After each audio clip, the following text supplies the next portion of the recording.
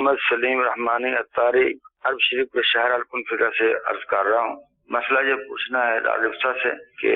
میں یہاں سعودی عرب میں عرب شریف میں یہاں میں کام کی غرض سے آیا ہوں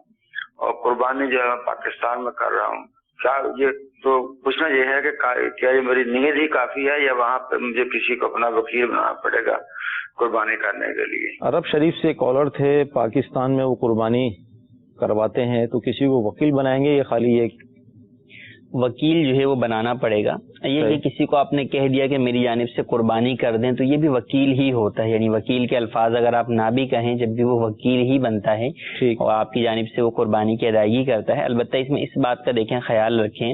کہ آپ جس کو وکیل بنا رہے ہیں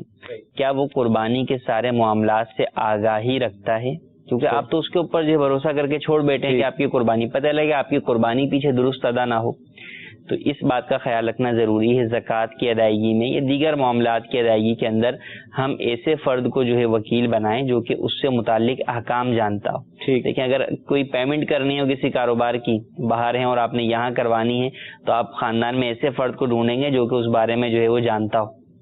اس کو معلومات ہوں۔ لیکن جب بات آتی ہے دینی معاملے کی، فریضے کی ادائیگی کے لیے، تو ہم جو ہے وہ کسی کو بھی کہہ دیتے ہیں کہ یہ کام کر دینا، تو ایسا درست نہیں ہے۔ بلکہ جو فرد اس بارے میں مکمل معلومات جانتا ہے، کیسا جانور خریدنا ہے، کیا کرنا ہے، کس دن ذبح کرنا ہے۔ بیرون ملک والوں کا یہ ایک بڑا مسئلہ ہوتا ہے کہ وہاں جو ہے وہ عید پہلے ہو جاتی ہے، پاکستان میں بعد میں ہوتی ہے، تو اس بات کا خیال رکھنا ضروری ہے کہ آپ کا جانور اس وقت ذبح ہو جبکہ دونوں مقام پر وقت قربانی جو ہے وہ باقی ہو، یہاں بھی اور وہاں بھی، تو اس بات کا خیال کر کے جو ہے وکیل بنائیے۔ مدنی چینل کے ناظرین، دعوت اسلامی جو بیرون ملک کے ہمارے عاشقان رسول ہیں ان کی